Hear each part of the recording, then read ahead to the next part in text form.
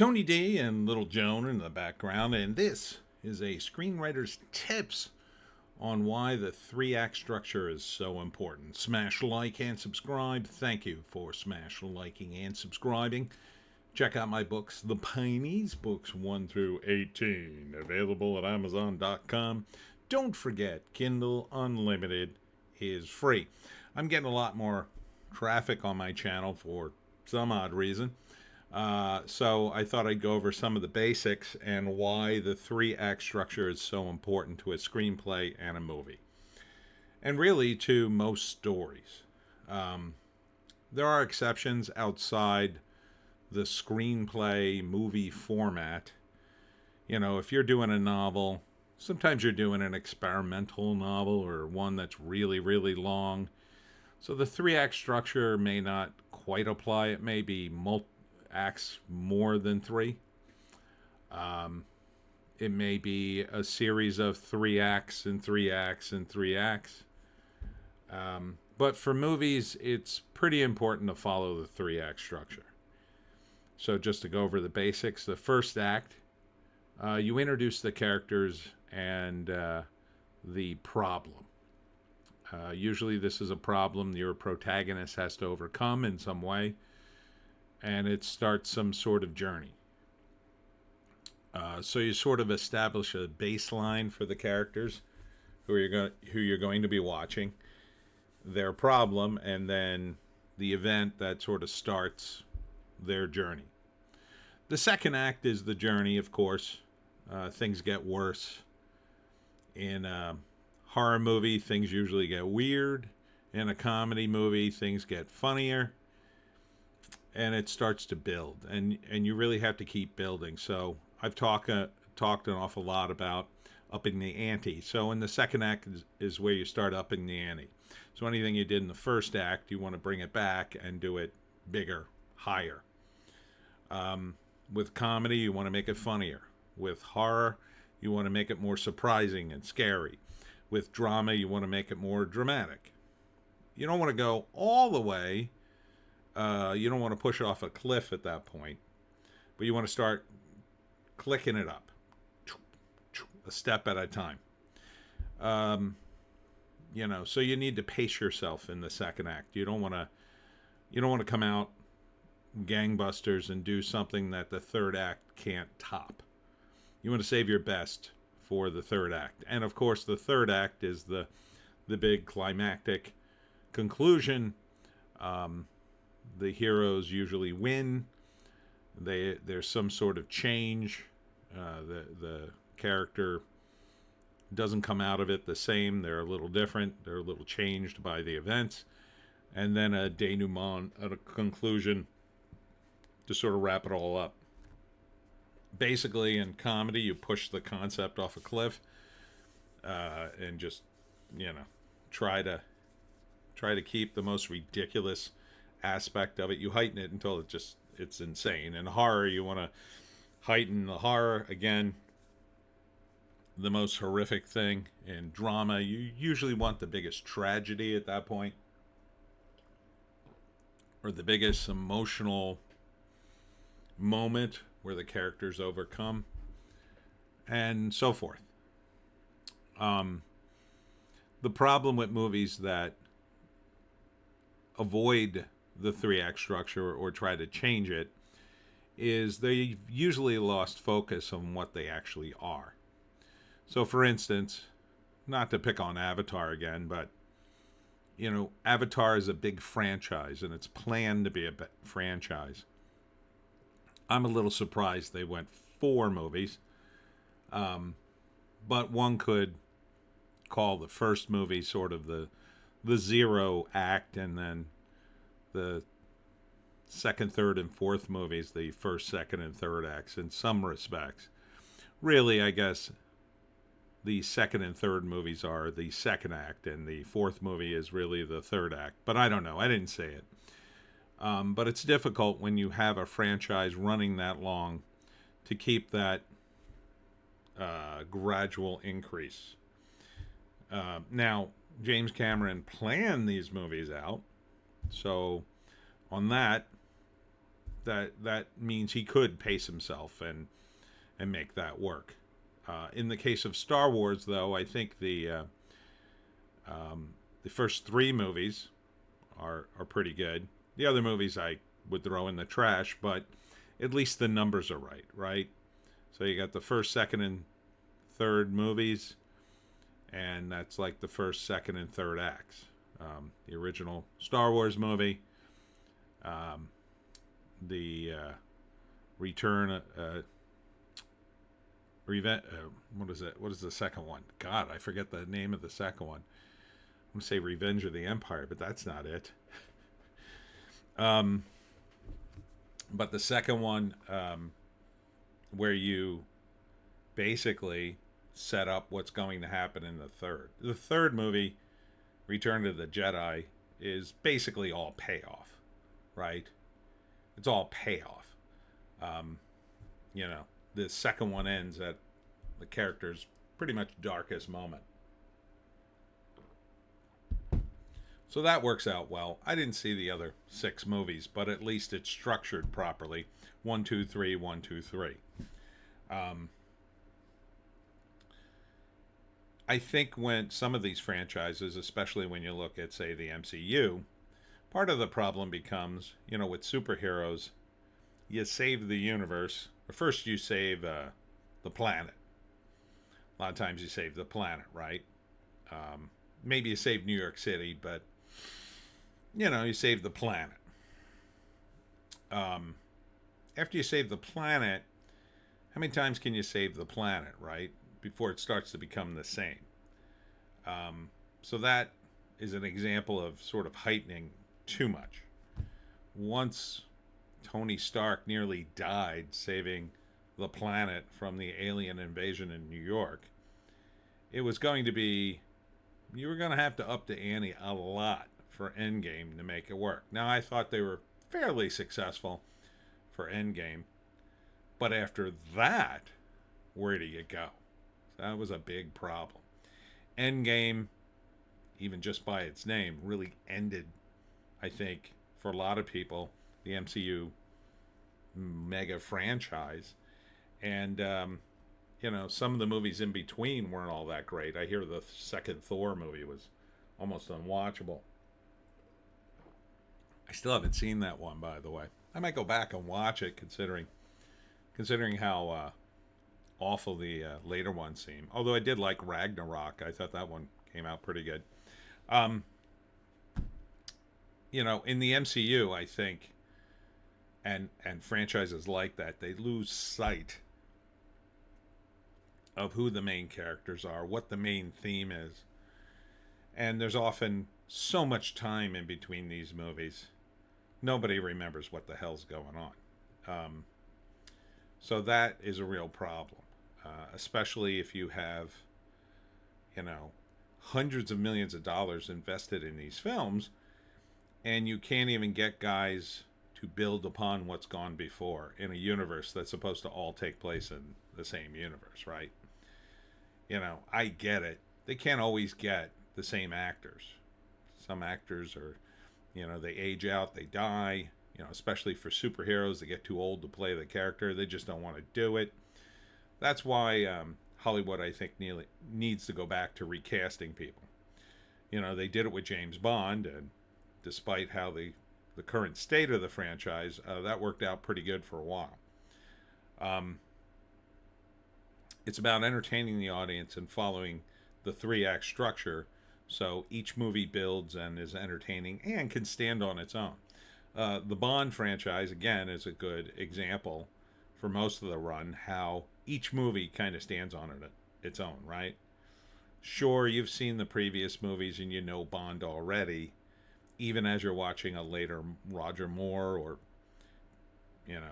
Timothy Dalton or whoever. But, the character, or at least they tried to keep the character basically the same for many years. Until you get to the Daniel Craig era, and then it kind of goes off the rails right after Casino Royale, in my opinion.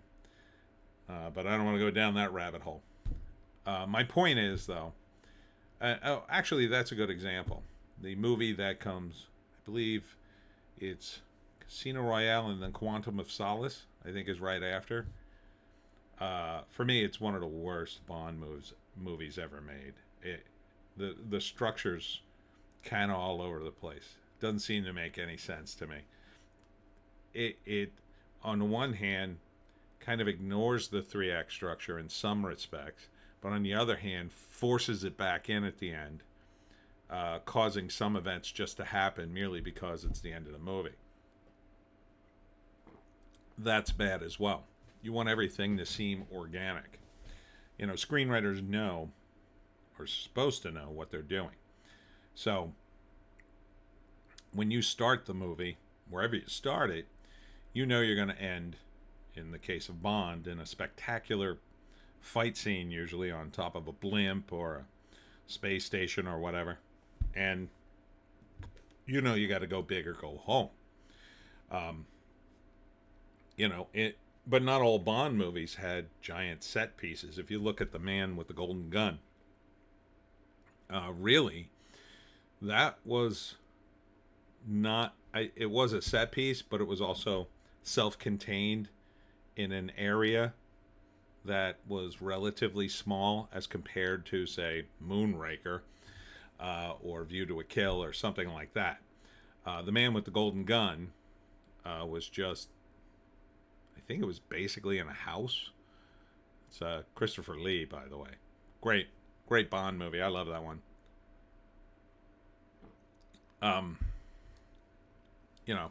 Not all of them have to end at Fort Knox. I love the ending of Goldfinger, by the way, in Fort Knox. But each movie has to build to something, has to have a surprising ending that's still organic to the events that happened, right? So in some movies today, you have a falling off of the three-act structure because everybody in Hollywood is trying to subvert everyone's expectations continually. And this is a problem because leaks happen with some of the bigger movies, especially the MCU, James Bond, all the big franchises. This shouldn't happen ideally, but at the same time, the surprise can't be so insane that it doesn't make any sense, right?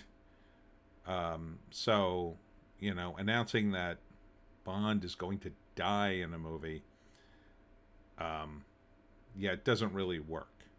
What you want to do, if you're going to subvert expectations, besides putting up barriers to make sure no one leaks the real ending, a lot of times what they can do and have done in the past is they leak a lot of misinformation. They find people on the set to purposely leak stuff that is definitely not the movie and let people speculate or get mad or whatever, and then put out the real movie, and then everybody's surprised. But if it's one thing if Bond, for instance, in The Man with the Golden Gun, a great scene where there's like a little mini museum to Bond, and Roger Moore replaces his own wax statue, and that's how he tricks Christopher Lee and then shoots him. Spoilers if you haven't seen it. Sorry. But, the statue being in his compound made sense because, Christopher Lee's character is this egomaniac assassin who, on the one hand admires Bond, but on the other hand wants to kill him. Wants to show him up, show he's the best. So when Bond pulls the switcheroo, it's a surprise because, you're used to the statue in the shot. And, there's nowhere else for him to go. And the way it's shot, it's not like constantly showing you the statue. It shows you just enough of the statue so you remember it's there. So when the moment takes place, you're surprised. You're which is really the goal. The goal is not subverting expectations. The goal is surprise. I guess subverting expectations is kind of a fancy way of saying that, but you know, it could be that you subvert the expectations of the audience by having Bond use some teleporting technology to defeat the guy at the end. And that would technically subvert expectations, but it would be stupid, right? Because that doesn't make any sense in a Bond film. Bond doesn't have access to that technology. He's a spy. He's not on Star Trek. So you still have to keep it realistic and organic. And that's the difficult part of writing these stories, is how to keep it fresh. You know, with Bond, they've just had too many stories, right? And too many movies. It's how many times can he save the world? How many times can he do things? Personally, I think they had a huge missed opportunity in Skyfall. Yeah, I'm going down the Bond rabbit hole. Sorry, just for a minute. Skyfall, part of it takes place at the mansion where Bond grew up, and he reconnects with the caretaker, who I think it's mildly implied Bond grew up with him, which was a real opportunity to show us what Bond was like before he was Bond. But they kind of don't take advantage of that at all. That character really could have been expanded, could have been added to the Bond universe on a regular basis. You know, a guy from his past that maybe taught him things that he does that we're all familiar with. You know, maybe taught him how to order his martinis, for instance. That would have been great. Unfortunately, they didn't do that. It was just kind of a wasted opportunity. So, I think part of that is in Hollywood.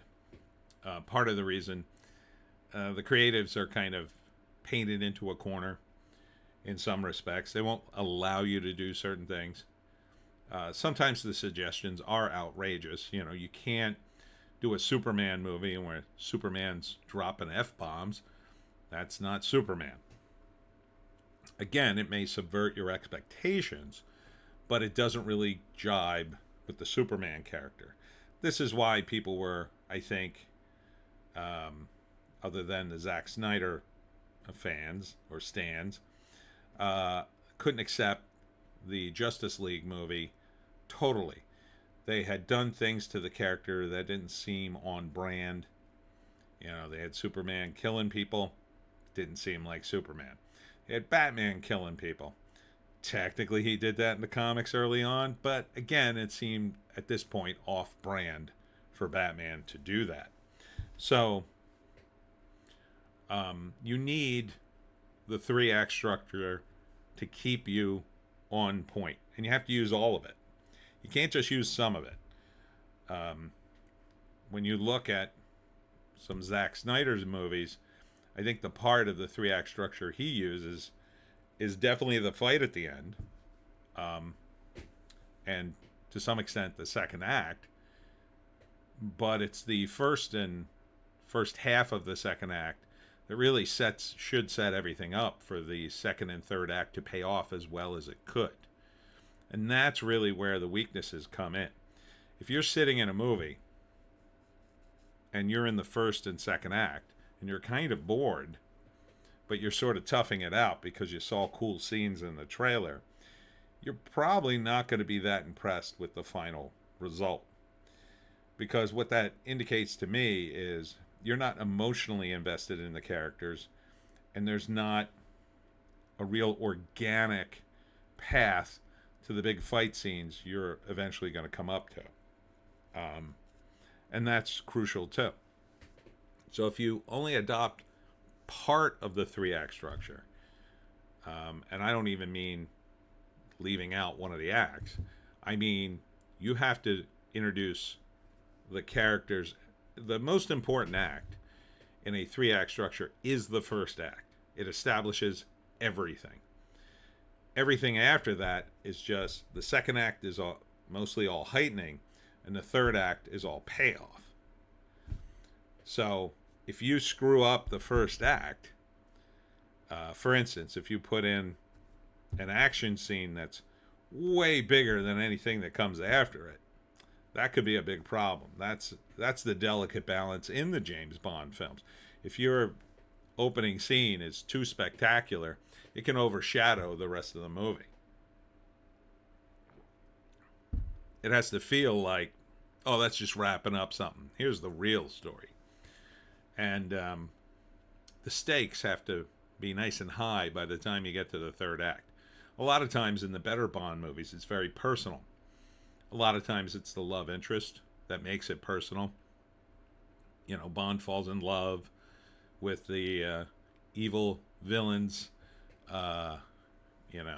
trophy wife or girlfriend, and he seduces her, and then, at the end she betrays the evil villain to help Bond, and then Bond defeats Blofeld and escapes with the hot girl, and they go off to a Hawaiian vacation.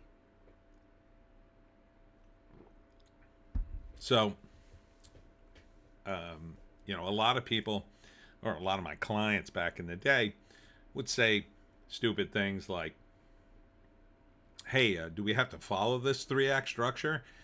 And I would be like, yes, you absolutely have to follow that. And don't mistake it for a formula like a lot of them did. A lot of them would say, oh, that sounds formulaic. Well, it is and it isn't. I mean, technically, lots of stories have a structure to them. So, for instance, a TV sitcom has a structure. Now, you could ignore that, right? You could be watching a sitcom and it could open with a hilarious scene and then go off in a bunch of exposition, and then the show just ends. That would subvert my expectations, but it wouldn't be a good sitcom because it would have to build. If you do all the funny stuff in the first portion of the sitcom, and then you just give me a bunch of exposition for the next episode, that's not why people tune in for sitcoms, generally speaking. It doesn't work that way. They have a 3-act structure too. It's just much shorter. In a novel, it's a little more experimental. You can do a little more with a novel than you can with other works. But, there's a lot of novels that need editing or needed editing over the years. I mean, if you look at Charles Dickens, he got paid by the word, and a lot of his books were reprinted out of the newspaper after the fact. He'd written serialized fiction in the newspaper, and then they cobbled it together in book form, and there was some editing to be done. That was very true with The Hobbit as well. There was a lot of editing done with The Hobbit. Not to take things out, but to make it more of a story.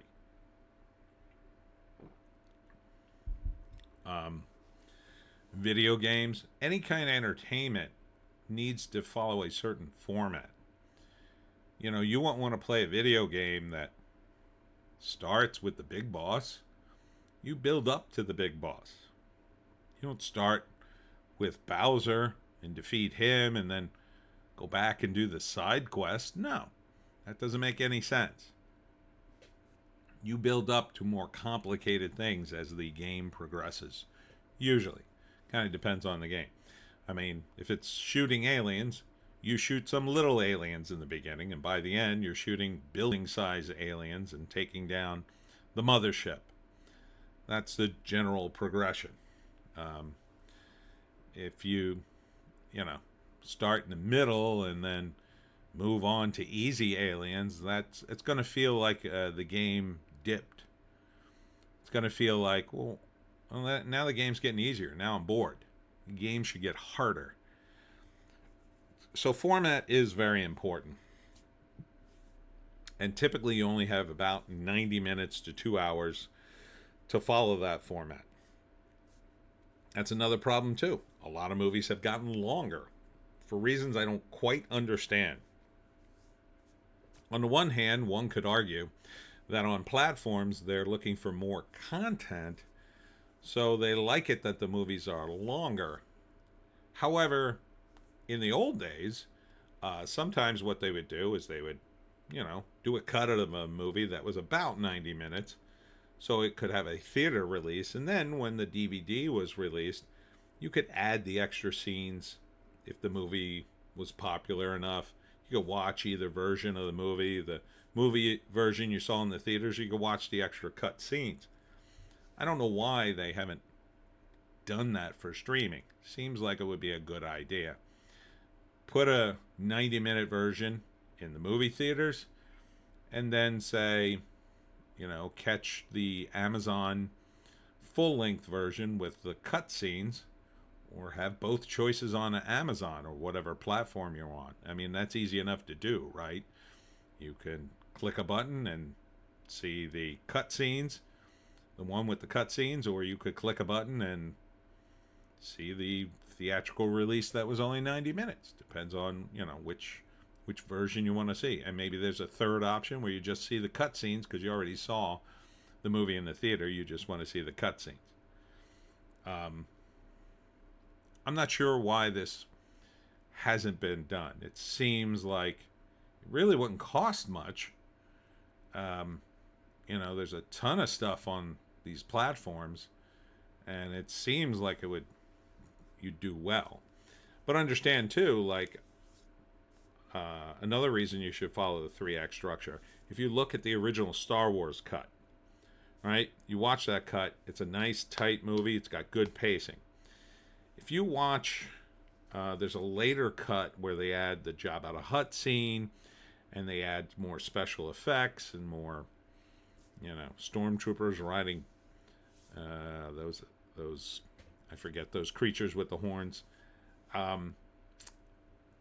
You watch that and you understand why the theatrical release version was cut the way it was. It's streamlined. You watch that one, it moves.